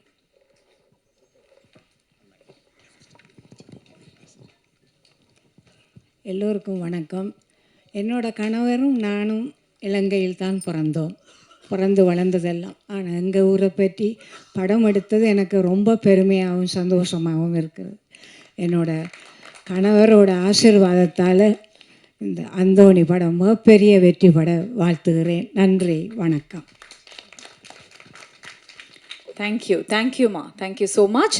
ஸோ எஸ், நம்ம சீனு சார் சொன்ன மாதிரி அந்தோணி அப்படின்னு தான் அவரை கூப்பிடணுமா, இல்லை ஒரிஜினல் நேம் கயல் வின்சென்ட் சொல்லி கூப்பிடணுமான்னு தெரியல. ஸோ 2 நேமும் சேர்த்து அந்தோணி கயல் வின்சென்ட் அவர்களே ஒரு சில வார்த்தைகள், இல்லை சார், 2 வார்த்தை எக்ஸ்ட்ரா பேசிடலாம்.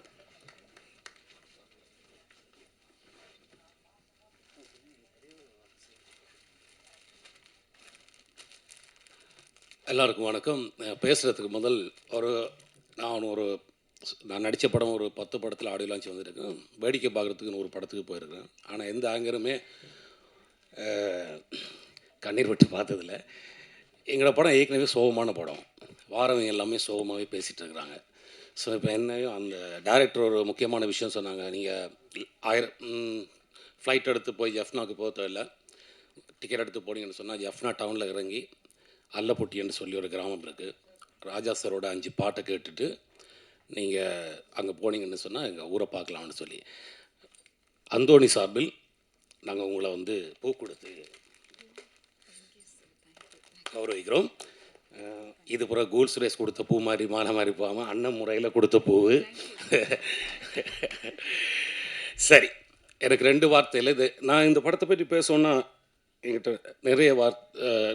நிறைய பேச வேண்டியிருக்கும். பட் என்னால் முடிஞ்ச அளவுக்கு கொஞ்சம் பேசுகிறேன். ப்ளீஸ் பொறுத்து கொஞ்சம் கேளுங்க. என்னென்னா, நான் 8 வயசில் எங்கள் அம்மாட்ட 1 ரூபா 2 ரூபா திருடி சினிமா பார்க்க வெளிக்கிட்டு சூப்பர் ஸ்டாரோட ஆடு புலி ஆட்டம் படம் பார்த்துட்டு அவரோட பெரிய ஃபேன் ஆகி அவரோட போஸ்டர் பார்த்துட்டு எங்கள் ஊரில் ஒரு மினி தியேட்டர் இருக்குது. அந்த மினி தியேட்டரில் ஒரு போஸ்டர் பார்த்துட்டு இப்படி ஒரு போஸ்டரில் நான் இருக்கணும்னு ஆசைப்பட்டேன்னா, அதுக்கப்புறம் எனக்கு அந்த கனவு எப்படி அதை கொண்டு செலுத்துறது, அதை எப்படி பார்க்குறதுலாம் எனக்கு தெரியவே தெரியாது. அப்புறம் போர் சூழ்நிலை இடம்பெயர்ந்து குடும்பத்தோட நார்வே நாட்டில் போய் குடியேறினேன். அங்கே போய்ட்டு 16 வயசில் ஒரு வெள்ளைக்கார நாட்டுக்கு போனால் எப்படி வாழ்ந்துருப்பேன்னு தெரியும் உங்களுக்கெல்லாம். நல்லா ஃப்ரீயாக, எவ்வளோ ஃப்ரீயாக வாழ முடியும் அவ்வளோ ஃப்ரீயாக சந்தோஷமாக வாழ்ந்தேன். உள்ளூர் நாடகங்களில் நடிப்பேன், டான்ஸ் ஆடுவேன், பாட்டு படிப்பேன். இதெல்லாம் பண்ணிகிட்டு இருக்கும்போது சும்மா வேடிக்கையாக இருந்த விஷயம் NTFF Norway Tamil film festival, இந்தியாவில் இருக்க உலக படங்கள் எல்லாத்துக்கும் அவார்டு கொடுக்குற வசீகரன் அவர்களுக்கு நான் உதவியாக அவர்கிட்ட ஃபெஸ்டிவலில் இருப்பேன். அந்த டைமில் தான் நிறைய டைரக்டர்ஸோட சேர்ந்து பழகிறதுக்கு வாய்ப்பு கிடைத்தது. நான் கொஞ்சம் திமிராக இருப்பேன். எனக்கு இந்த பம்முறதெல்லாம் தெரியாது. அப்படி பம்முறதெல்லாம் தெரியாது. ஏன்னா எனக்கு சினிமா தெரியாது. அப்படி இருக்கும்போது தான் பிரபு சாலமன் சார், நான் நடிக்க வேண்டிய முதல் படம் நீர்ப்பறவை சார், ஸ்ரீராமசாமி சார் எனக்கு வாய்ப்பு கொடுக்கணும்னு சொன்னார். பட் அங்கேருந்து வர முடியல, அதால் அதை நடிக்க முடியல. இந்த டைமில் பத்திரிகை நம்மளுடைய ப்ளீஸ் உங்கள்கிட்ட நீங்கள் தான் அதை கொண்டு சேர்க்கணும். என் கனவை நினைவாக்கி எனக்கு சினிமா வாய்ப்பு தந்த எனது குருநாதர் பிரபு சாலமன் அவர்களுக்கு மனமார்ந்த நன்றியையும் என்றும் இதை மறக்காமல் இருப்பேன். அதேபோல் இலங்கையில் முதல் யாழ்ப்பாணத்திலிருந்து எங்களுக்கு வணிகம் இல்லாத ஒரு ஊரிலிருந்து எப்படி இந்த காசை திருப்பி எடுக்கப்படும்னு எங்களுக்கு தெரியவே தெரியாது. சத்தியமாக தெரியாது. நம்ம ஒரு காசுக்கு ஒரு கோடியில் ஆரம்பிப்போம், 2 கோடியில் ஆரம்பிப்போம், 3 கோடியில் 5 கோடி அப்படி காய்ச்சி அதை சலிக்காமல் என்ன நம்பிக்கையில் இந்த மனுஷன் காசை கொடுத்தானோ, என்ன நம்பிக்கையில் இந்த மனுஷனை நம்பி இன்வெஸ்டர் சின்ன பொடி 1000 ரூபா 2000 ரூபா யூரோ கொடுத்தவன் 500 ரூபா கொடுத்தோம்னா எல்லாரும் தான் சேர்த்துக்குது. இன்றைக்கி பிரசாத் லேபில் நான் 12 வருஷம் ஆச்சு சினிமாவுக்கு. எனக்கு கதாநாயகன், அதாவது இந்த படத்தின் முக்கியமான, அதாவது ஹீரோண்டுவாங்க, கதாநாயகன்டுவாங்க, இந்த படத்தின் முதன்மை பாத்திரம் கொடுத்து என்னை இங்கே நின்று பேச வைக்கும் அளவுக்கு எங்கள் சினிமா வளர்ந்து கொண்டு வருகிறது. அதற்கு ரமணனாக்க முதல்ல நன்றி. எங்களுக்கு அடிக்கடி முக்கியமான ஒரு நபர் சோமிதரன் அண்ணா. அவரை பற்றி நான் இந்த புக்கு படிக்கிறது, டாக்குமெண்ட்ரி பார்க்குறதுலாம் கிடையாது. நமக்கு யாராவது சொன்னாங்கன்னா வேடிக்கையாக கேட்டுப்பேன். ஆனால் சோமிதரன் நான் பார்த்த பிறகு தான் நான் கொஞ்சம் கொஞ்சம் அந்த ஈழத்தை பற்றி எல்லாம் தெரிஞ்சுக்கணுமென்று ஆசைப்பட்டேன். அதுக்கு நன்றி. நீடுரா படத்தில் எனக்கு வாய்ப்பு அளித்ததுக்கு மிக்க நன்றி. எங்கள் படத்தை வந்து இங்கிருந்து வந்து எங்கள் படத்தின் பூஜையில் கலந்து கொண்டார் சீனுராமசாமி சார், அவருக்கு நன்றி சொல்லியாச்சு. அப்புறம் லெனின் பாரதி அண்ணா, எனக்கும் அவருக்கும் கருத்து பெரும் 2 பேருக்கும் சம்மந்தம் இல்லை. ஆனால் 2 பேரும் ஒன்றா தான் இருக்கிறோம். ஏன்னா நான் ரஜினி சாரோட தீவிர ஃபேனு.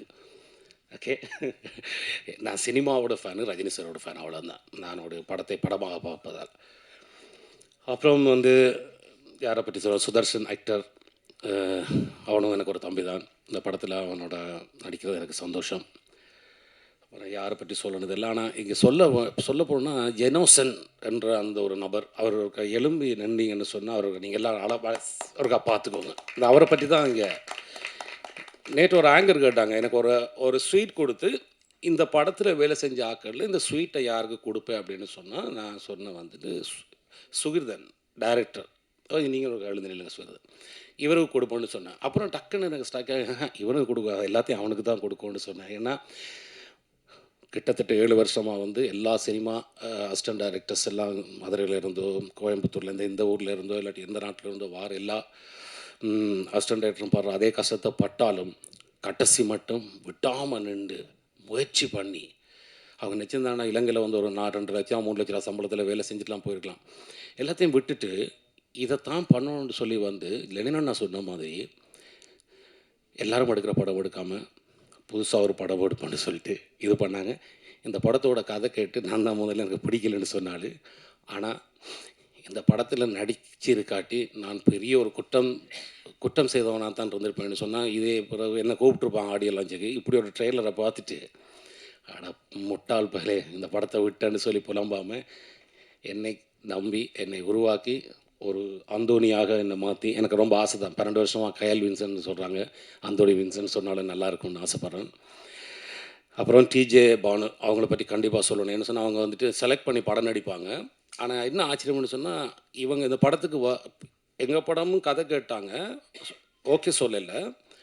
அப்புறம் தெலுங்கில் ஒரு 50 லட்ச ரூபா சம்பளத்தில் ஒரு படம் கிடச்சிச்சு.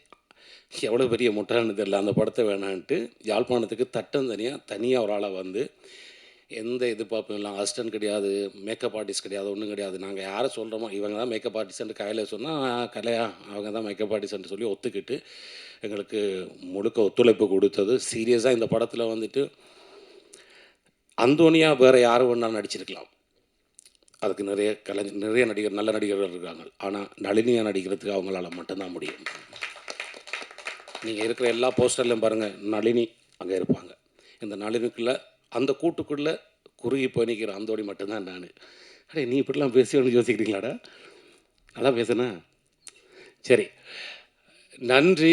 அந்தோணி படத்தை நீங்கள் ட்ரெய்லர் பார்த்துட்டீங்க. தேவராஜனே, நீங்கள் தான் மெயின் ஆள், எல்லாருக்கும் தலைக்கட்டு பார்த்துக்குங்க. கயல் படத்தில் எனக்கு அடித்து எனக்கு துன்பம் பண்ண ஆள் நீங்கள். எனக்கு எல்லாரையும் தெரியாது. தேவராஜனோட சேர்த்து கயல் படம் நடித்தபடி அவரை ஞாபகம் இருக்குது. மற்றபடி இங்கே வந்திருக்க நண்பர்கள் எல்லோரும் நான் கெஞ்சி கேட்குற ஆள்லாம் கிடையாது. இது நல்ல படமாக இருந்தால், இது நல்ல ட்ரெய்லராக இருந்தால், இளையராஜா சார் போட்டது நல்ல பாட்டாக இருந்தால், தயவுசெய்து இது தமிழ்நாட்டிலும் மலையாளத்திலும் சிங்களத்திலும் ஒரு வெற்றி படமாக அமைய வேண்டும். இங்கே இருக்க பசங்களுக்கு நிறைய சான்ஸ் இருக்குது, எங்களோட பசங்களுக்கெல்லாம் சான்ஸ் கிடையாது. இது ரமணனை மாதிரி இன்னொரு ப்ரொடியூசர் ஒன்று சொன்னால் இந்த படம் ஜெயிக்கணும், இதுக்கு ஒரு வணிகம் உருவாக்கணும். இன்னொரு 5 வருஷத்தில் இலங்கையிலிருந்து ஈழத்திலிருந்து தமிழ் கலைஞர்கள், இசையமைப்பாளர்கள், ஒளிப்பதிவாளர்கள், டெக்னீஷியன், எடிட்டர், நமக்கு சுரேஷன்றெல்லாம் கிடைச்சது. நம்ம எடிட்டர் சுரேஷெல்லாம் அவன் பெரிய பெரிய படம்லாம் வேலை செஞ்சவன். இந்த பையன் அவனை படத்தின பாடலாம் நீங்கள் கேட்டிங்கன்னா எல்லாம் தனித்தனியாக வீடியோ எடுத்து போடுங்க. சாவடிச்சிட்டான். அவரோட ஒய்ஃபு ஃபோன் பண்ணி ஜனசன்னா என் கணவரை வீட்டை விடுறீங்களான்ற கேட்குற அளவுக்கு வேலை வாங்கினாங்க. தேங்க்ஸ் பிரதர், இவங்க இதெல்லாம் பண்ணி கொடுத்தது ரொம்ப ரொம்ப நன்றி. இங்கே வந்திருக்கும் அனைவருக்கும் நன்றி சொல்லி, ட்ரெய்லர் பார்த்தீங்கல்ல, இந்த எமோஷ்னலான ட்ரெய்லர் பார்த்தீங்க. கடைசியாக முடிக்கும்போது இந்த ட்ரெய்லர் பற்றி உங்கள் வாயால் சொல்லுங்கள் தங்கச்சி. நன்றி, வணக்கம். வாழ்க தமிழ், வாழ்க தமிழர். நன்றி.